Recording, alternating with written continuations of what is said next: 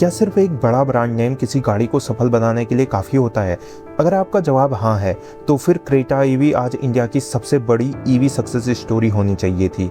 आखिर क्रेटा कोई normal name plate नहीं है। पिछले कई सालों से ये इंडियन एसयूवी मार्केट की सबसे ज़्यादा मजबूत और भरोसेमंद गाड़ियों में से एक रही है। लाखों ग्राहक इसे पसंद करते हैं और हर महीने इसकी एवरेज 16 से 18 हज़ार यूनिट बिकती हैं। मिड साइज एसयूवी में इसका दबदबा किसी से छिपा नहीं है। लेकिन दिलचस्प बात यह है कि जब इसी नाम के साथ हुंडई ने अपनी इलेक्ट्रिक एसयूवी लॉन्च की, तो वो जादू देखने को नहीं मिल सका जिसकी उम्मीद कंपनी और मार्केट दोनों कर रहे थे। और आज इसकी सिर्फ 500 से 600 यूनिट ही हर महीने बिक पाती हैं। लॉन्च के समय क्रेटा ईवी को लेकर काफ़ी ज़्यादा एक्साइटमेंट थी। बहुत से लोगों का मानना था कि हुंडई ने आखिरकार ईवी सेगमेंट में अपना सबसे बड़ा हथियार उतार दिया है। सोशल मीडिया पर चर्चा थी, शोरूम में लोगों की भीड़ थी और शुरुआती बुकिंग भी अच्छी दिखाई दे रही थी। लेकिन जैसे जैसे समय बीता, तस्वीर थोड़ी अलग दिखाई देने लगी। सेल्स नंबर उतने इम्पैक्टफुल नहीं दिखे जितने हुंडई चाहती थी। यही वजह है कि आज एक बहुत दिलचस्प सवाल खड़ा हो गया है। आखिर ऐसी क्या वजह है कि जिस नाम ने पेट्रोल और डीजल एसयूवी मार्केट में कमाल कर दिया, वही नाम इलेक्ट्रिक सेगमेंट में वैसा असर नहीं दिखा पा रहा है? इस सवाल का जवाब समझने के लिए सबसे पहले हमें ये समझना होगा कि क्रेटा और क्रेटा ईवी भले ही नाम में एक जैसी लगती हों, लेकिन जिन कस्टमर को ये दोनों गाड़ियाँ टारगेट करती हैं, उनकी सोच काफ़ी अलग है। हुंडई क्रेटा की सफलता का एक बहुत बड़ा कारण उसकी वैल्यू फॉर मनी पोजीशनिंग रही है। एक सामान्य कस्टमर जब क्रेटा खरीदने शोरूम में जाता है, तो उसके मन में कंफर्ट, स्पेस, फीचर्स, रिलायबिलिटी और ब्रांड ट्रस्ट जैसी बातें होती हैं। वो एक ऐसी एसयूवी चाहता है जो फैमिली के लिए अच्छी हो, लॉन्ग ड्राइव में आरामदायक हो और भविष्य में उसकी रीसेल वैल्यू भी मजबूत बनी रहे। लेकिन जैसे ही बात ईवी की आती है, कस्टमर का नज़रिया बदल जाता है।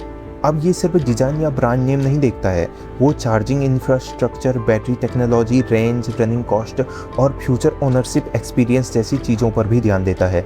दूसरे शब्दों में कहें तो ईवी कस्टमर की प्रायोरिटीज़ ट्रेडिशनल एसयूवी कस्टमर से काफ़ी अलग होती हैं। यही वजह है जहां हुंडई को सबसे ज़्यादा चैलेंज का सामना करना पड़ता है। अगर हम प्राइसिंग की बात करें तो यहीं से कहानी और दिलचस्प हो जाती है। क्रेटा की पॉपुलैरिटी का एक कारण ये भी है कि ये अलग अलग बजट के कस्टमर के लिए कई ऑप्शंस देती है। लेकिन क्रेटा इलेक्ट्रिक की कीमत सामान्य क्रेटा की तुलना में काफ़ी ज़्यादा अधिक है। एक कस्टमर जो लगभग 15 या 16 लाख रुपए खर्च करने के लिए तैयार है, उसे अचानक 20 लाख रुपए या उससे ज़्यादा खर्च करने के बारे में सोचना पड़ता है। इंडियन मार्केट में ये अंतर छोटा नहीं माना जाता और यही कारण है कि बहुत से लोग क्रेटा ईवी को पसंद करने के बावजूद फाइनल डिसीजन लेते समय इसे पीछे हटा देते हैं। इस चैलेंज को और बड़ा बनाता है मौजूदा कंपटीशन। जब हुंडई ने क्रेटा इलेक्ट्रिक लॉन्च की, तब तक टाटा और महिंद्रा ईवी मार्केट में अपनी मजबूत पहचान बना चुके थे। टाटा ने वर्षों पहले नेक्सॉन ईवी के जरिए कस्टमर्स का भरोसा जीतना शुरू कर दिया था और आज भी बहुत से लोगों के लिए ईवी का मतलब सबसे पहले टाटा ही होता है। वहीं महिंद्रा ने अपनी नई जनरेशन इलेक्ट्रिक एसयूवीज के साथ एक नई ही एक्साइटमेंट पैदा कर दी है। ऐसे में हुंडई को सिर्फ एक नई ईवी बेचने का चैलेंज नहीं है, बल्कि उन्हें कस्टमर के मन में अपनी ईवी आइडेंटिटी भी बनानी है। और एक महत्वपूर्ण पहलू चार्जिंग इंफ्रास्ट्रक्चर का भी है। भले ही इंडिया में चार्जिंग नेटवर्क तेजी से बढ़ रहे हों, लेकिन ग्राउंड रियलिटी ये है कि अधिकांश कस्टमर अभी भी पूरी तरह से कॉन्फिडेंट नहीं है।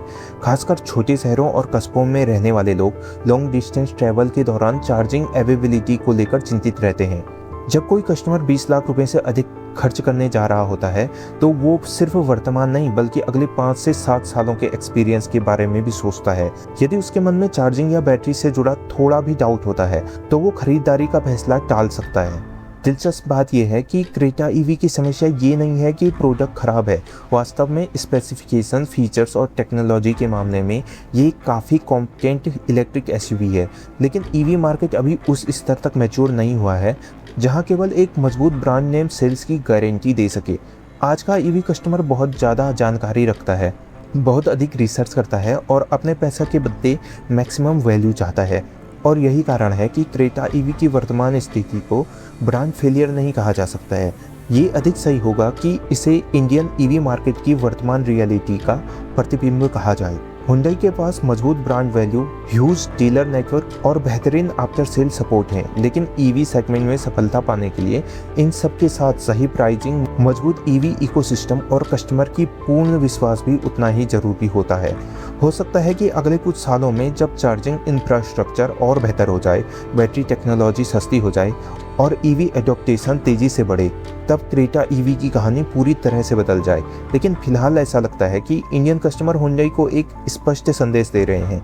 उन्हें क्रेटा पर भरोसा है, लेकिन वो अभी भी ईवी के लिए एक्स्ट्रा कीमत चुकाने के लिए पूरी तरह से कन्विंस नहीं है। तो अब सवाल आपसे है, क्या आपको लगता है कि हुंडई ने क्रेटा ईवी की प्राइसिंग कुछ ज़्यादा ही रखी है, या फिर आपको लगता है कि इंडियन ईवी मार्केट को अभी थोड़ा और समय चाहिए?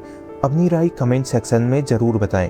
अगर आपको ये वीडियो पसंद आए हो तो इसे लाइक करें, चैनल को सब्सक्राइब करें और ऐसी ही ऑटोमोटिव इंडस्ट्री से जुड़ी वीडियोस के लिए हमारे साथ जुड़े रहें। मिलते हैं अगले वीडियो में। आपका समय देने के लिए धन्यवाद।